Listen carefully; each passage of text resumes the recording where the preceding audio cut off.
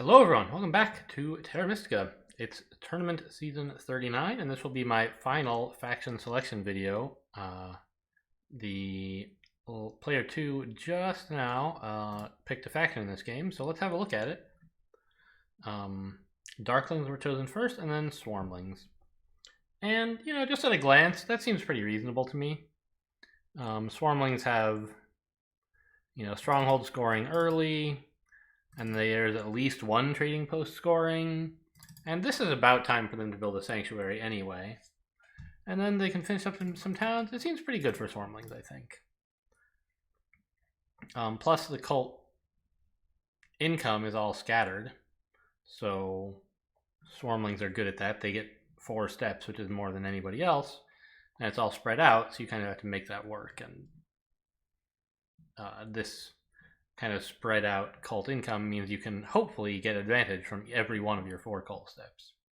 So Swarmlings seem fine. But let's look at the bonus tiles. What's going on here? We have all of the scoring tiles. We're missing digging, 6 coins, and priest. Okay.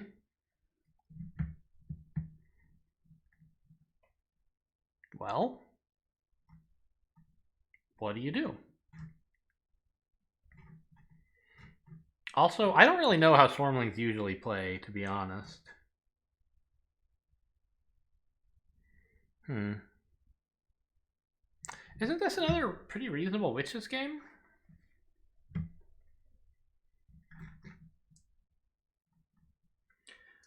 I feel like player 4 might want to go with Chaos Magicians. Well, they certainly want to go with a big building opener kind of faction. Since they can secure bonus 6 in a Sanctuary Stronghold scoring round. Witches seem like a reasonable one, just because, like, hey, there's some air. And there's round 5 town scoring, which is just about perfect for Witches, I think.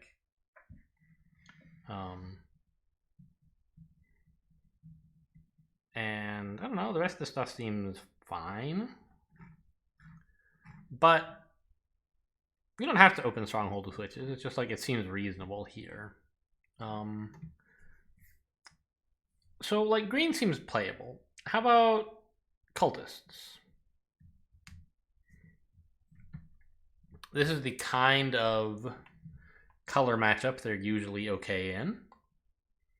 And we might very well then get engineers, getting us another black, blue, brown, gray game. You know, engineers are very happy to see a high scoring and low coin environment. Also note there's no coin income on the cult track either. So yeah, missing more than half the coins in the bonuses, and not having either of the 2 coin income scoring tiles means that being able to mitigate the coin deficiency. Boy, using big words today. How about deal with the coin? Deal with not having a lot of coins. There you go. Do it all in 1-syllable words. Anyway, seems like that should be pretty important. Who can do that? Well, Chaos Magicians would be totally happy to take Fire 1 as one of their opening favors. But I don't want to pick Chaos Magicians into a possible Engineers, right?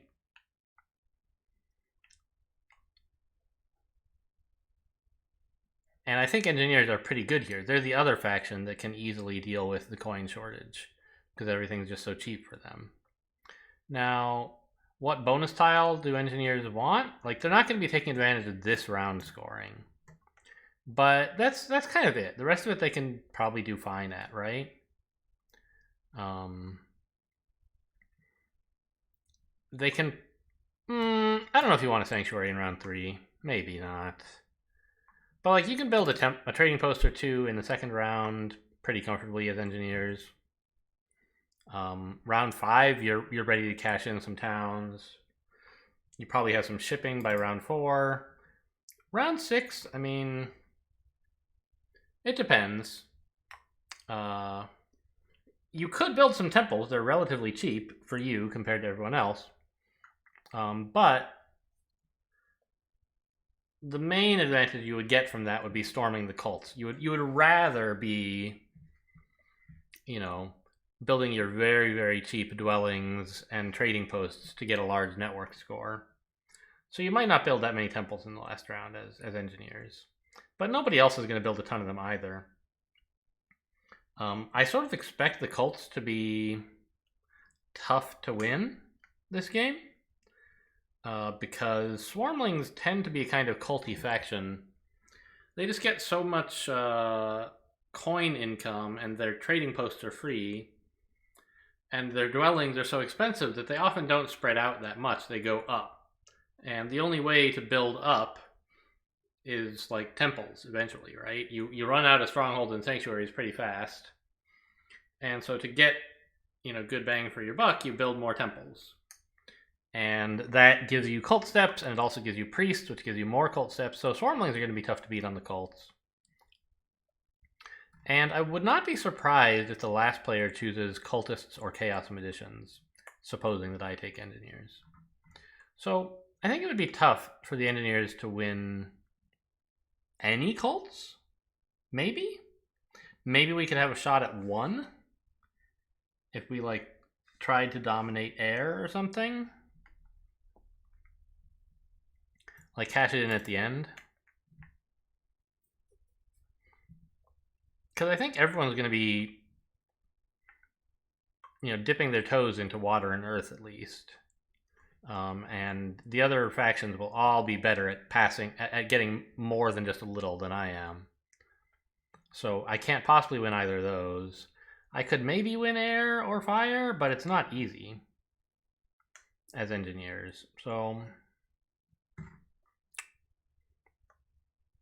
I could just pick cultists, I guess, right? If I think engineers are coming, which I don't, though. Maybe, here's the thing. Chaos Magicians, if I picked cultists and then Chaos Magicians came, what would that matchup look like? Who would be winning that? First of all, the Chaos Magicians would have a nice head start because they'd get the round 4, or they'd be 4th place, so they could get the Sanctuary tile and build their Sanctuary in round 1. So that's a big, big head start. Second, they would actually get E7, which is a dream for them. And also, Chaos Magicians and Swarmlings are kind of culty.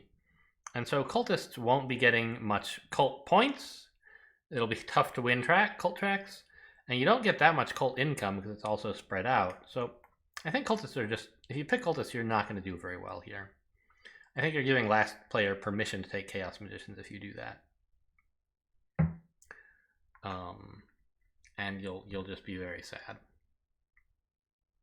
They won't take engineers, which would be an okay matchup for you. So we could try Chaos Magicians. But the problem is, if someone gets engineers, I don't know, then we're all fighting with each other, right? And I don't even get the round 1 Sanctuary because I'm not player 4.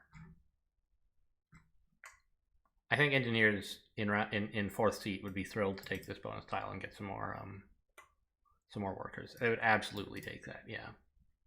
So I wouldn't get it. So I think Chaos Magicians are a non-starter also. I suppose we could go Giants. Is that playable here? Is there some reason to think that interfering with people's space would be good? And that Giants could somehow get enough points somewhere? Not really. So I don't think we want red, and we don't want brown. We said green was okay. And what's left is yellow and gray.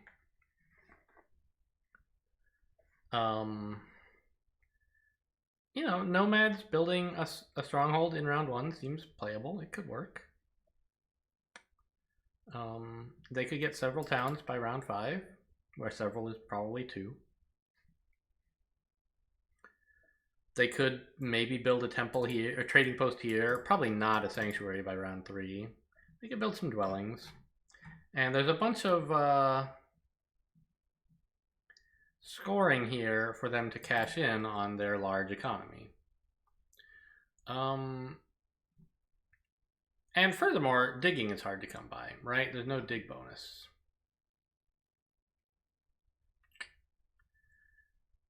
So their stronghold is, fairly good. The thing that worries me the most about that is, well, two things, I guess. One is that with so few coins available, nomads are going to have trouble just spreading dwellings everywhere. And that they're going to have to take detours to build more trading posts, but they probably won't want to build enough that their faction powers kick in. They're just going to have some kind of crummy trading posts, right? And the other reason is that if you pick nomads, you're kind of picking your way into Mend, right? Except that instead of mermaids, you have swarmlings. And that was such an unfavorable matchup for nomads that people kind of stopped playing it and realized cultists are actually good. And now everybody plays DCEM or DCEW instead. So I don't think that picking nomads is a great idea here. And so I think it's between witches or engineers. Which I'm not totally sure which one to pick, but I think I should go for engineers here because that leaves 4th place with some options that are fine for me, right? They could pick witches and choose to enter into that kind of a problem. And witches are okay here, but I don't know if they're excited to pick witches. They might say, you know what, I'm going to try nomads. I guess that's Mend though, right? So, Chaos Magicians, they might be tempted actually by Chaos Magicians just getting the 9-point bonus in round 1. Even though they won't have very good terrain because they can't get E7, they may judge that to be worthwhile. And then I think engineers would have a pretty good game. Now the last player could take cultists, which I think might be alright in 4th seat. It's bad in 3rd seat because Chaos Magicians are still a threat. But if it's just cultists and swarmlings competing for the cults, they could probably do okay. And I also would not super mind being a cultist matchup if I pick engineers. So I think the main thing that concerns me is 4th place going to take witches if I take engineers? They might. The main thing encouraging is this air and this town. But it is still a pretty sad pick. And so I think they would really do better to take cultists, which would lead to a pretty reasonable matchup for me, I think. I'll be happy to take E7 and F6. Pretty much no matter what. Yeah, I think we're going engineers here. I suppose that I should at least plan out my first turn and make sure that it sort of makes sense, or an overall game plan for all 6 rounds. What's the idea? I think 2 temples in round 1 is pretty reasonable. We just need a couple coins to make that happen. And what temple favor tiles do I want? Well, we could take Fire 1 to deal with the coin problem, but I think already being engineers was dealing with the coin problem. So I'm kind of thinking something like Earth 1 and something. And the 2 things I'm thinking about are Earth 2, engineers love workers, right? Or Air 2? like, you get the extra worker really early from Air 2 when it matters the most.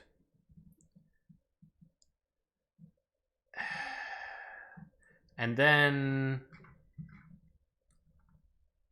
Air 2, combined with the engineer's 5 power temple, gives you access to a lot of dig power actions, which seems pretty important this game, right? You don't have access to the cult digs, so you want to make sure you just have like power pouring out of your ears. Is why I think that Air 2 might be playable.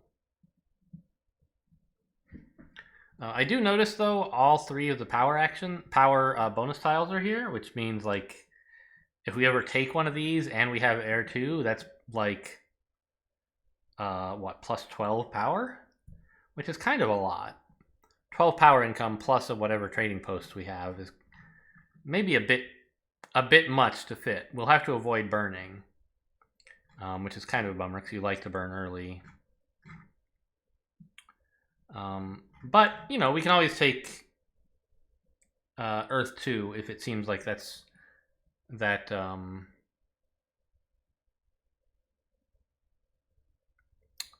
if it seems that we'll have trouble, that we'll need to burn too early to be able to handle all that power.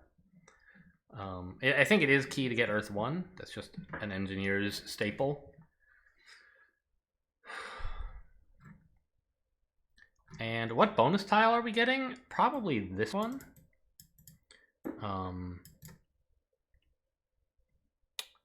This is going to be taken by whoever goes fourth, I assume.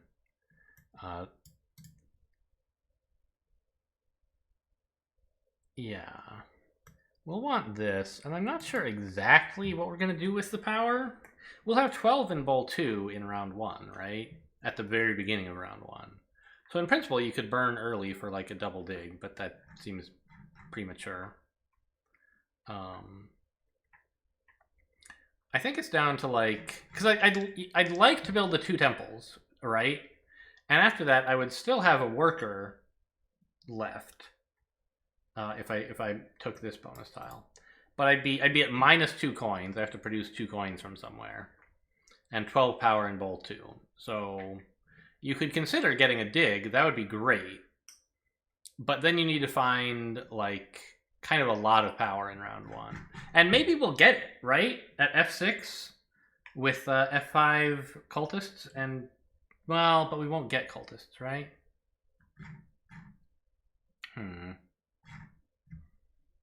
So we're not getting that much power in round 1, actually, I suspect.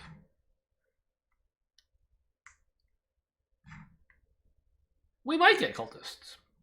They don't benefit as much from the round 1 thing, but I don't know. It could happen, I guess. We could maybe get nomads. Nomads in 4th seat here seem all right. Hopefully not witches, right? That's a battle I don't want.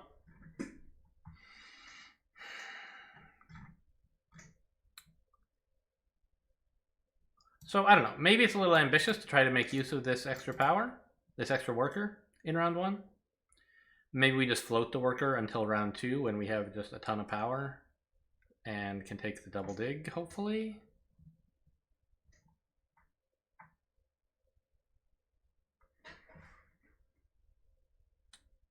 Yeah, that seems fine.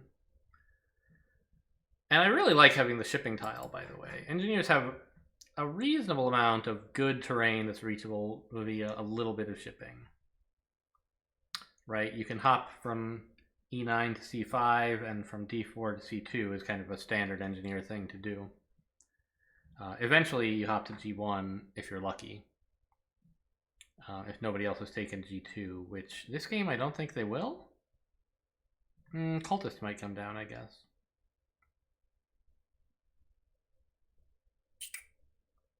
I hope they don't. I think they might be content with just these 3 hexes, Darkling's not taking E5, right?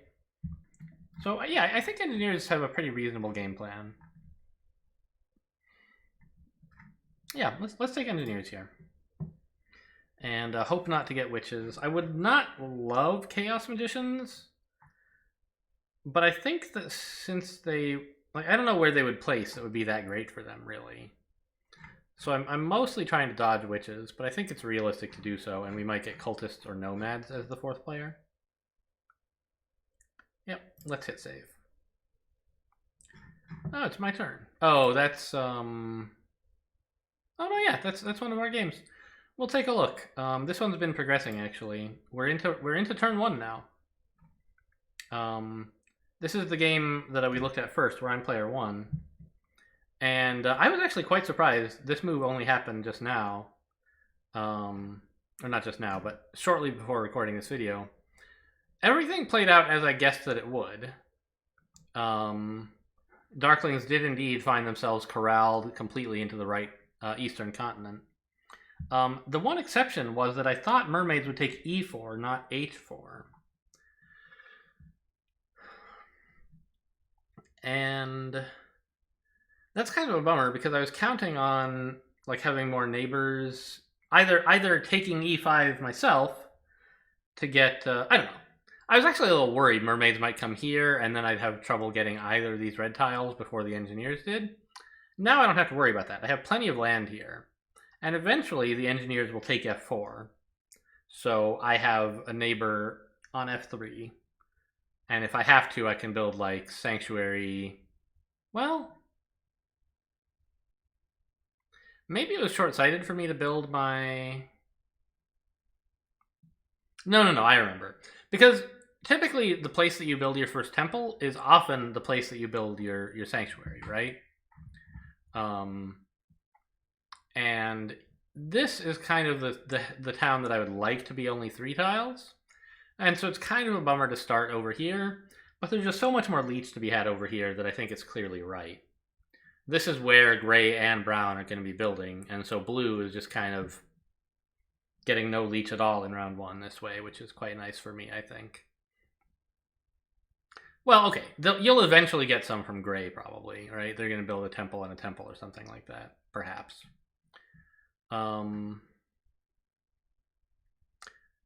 But it's, I think that this first temple doesn't have to be my sanctuary.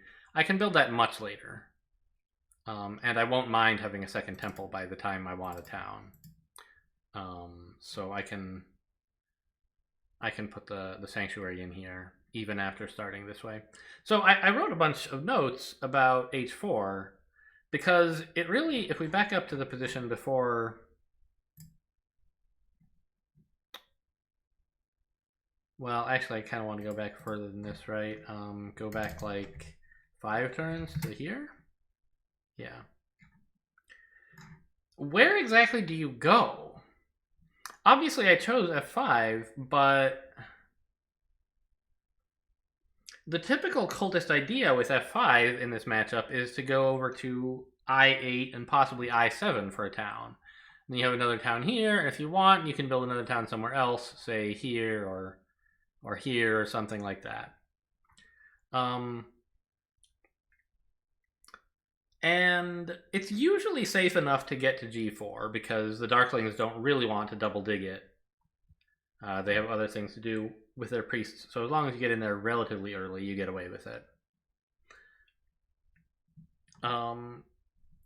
But this black tile is one that mermaids might want, right? And if I'm over here and trying to get this way and mermaids stop me, how is this ever turning into a town? I have to dig through a gray hex, which is 3 digs away. Or a green, but I assume that'll be gone. And even then, I'm like not home. I don't know. Maybe if I put my sanctuary here, that's enough. But you don't want to have to spend 3 digs when you're not Darklings, basically. And like, if I start on I8, the mermaids still might take h5 from me.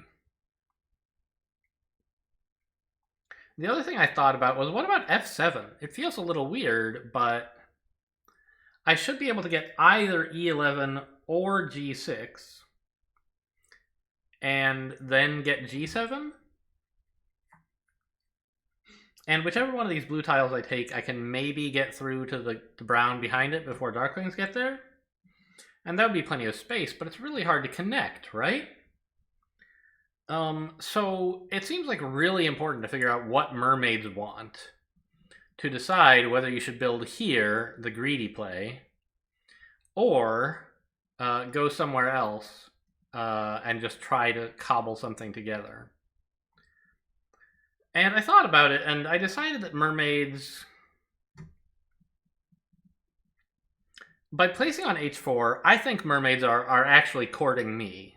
They're saying, please, come over to h5. Look how badly I need a neighbor. And they still have plenty of space to make a town with just these 2 green tiles, for example. They don't even need a bridge. Or they could build a bridge here and then use this one if for some reason they didn't want a sanctuary town here. But they really have nothing at h4 if they don't have a neighbor. And who else is going to give them one but me?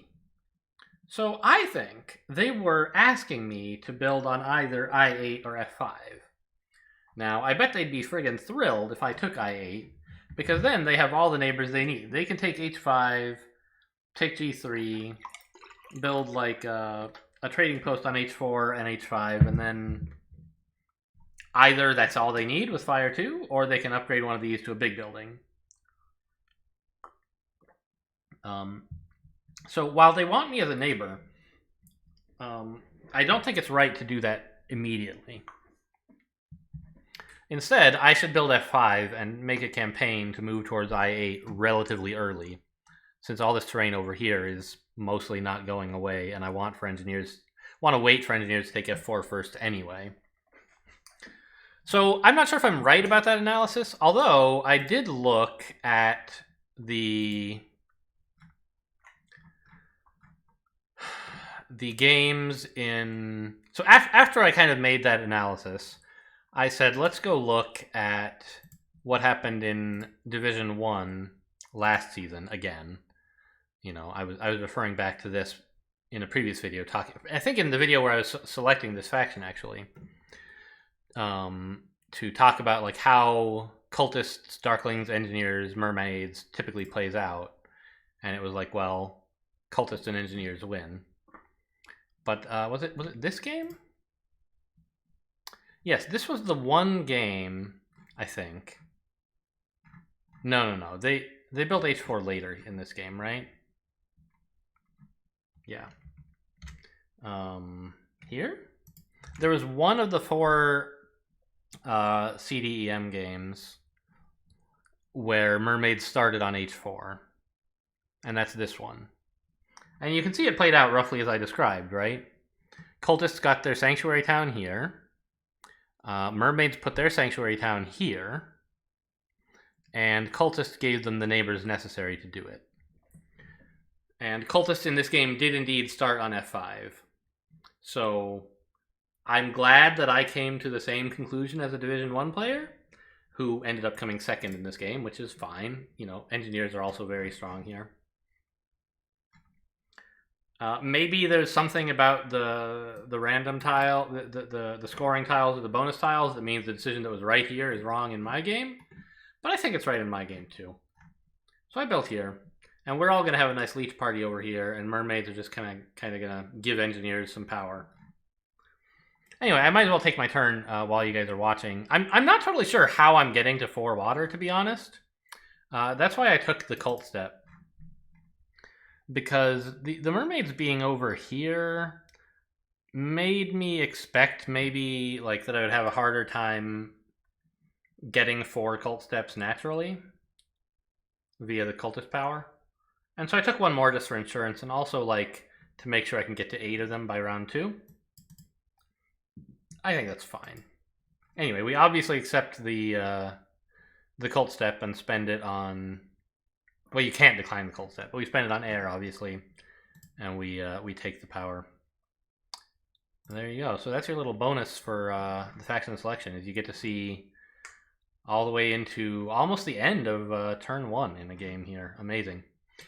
Anyway, that's all for the faction setup videos, and as always, I plan to have at the well, not the end of the season, but when each game ends, I will do a game review video that will probably go between 1 and 2 hours for each video. I just can't stop talking. So you have that to look forward to. Anyway, I hope you guys enjoyed this. Thanks for watching, and I'll see you next time.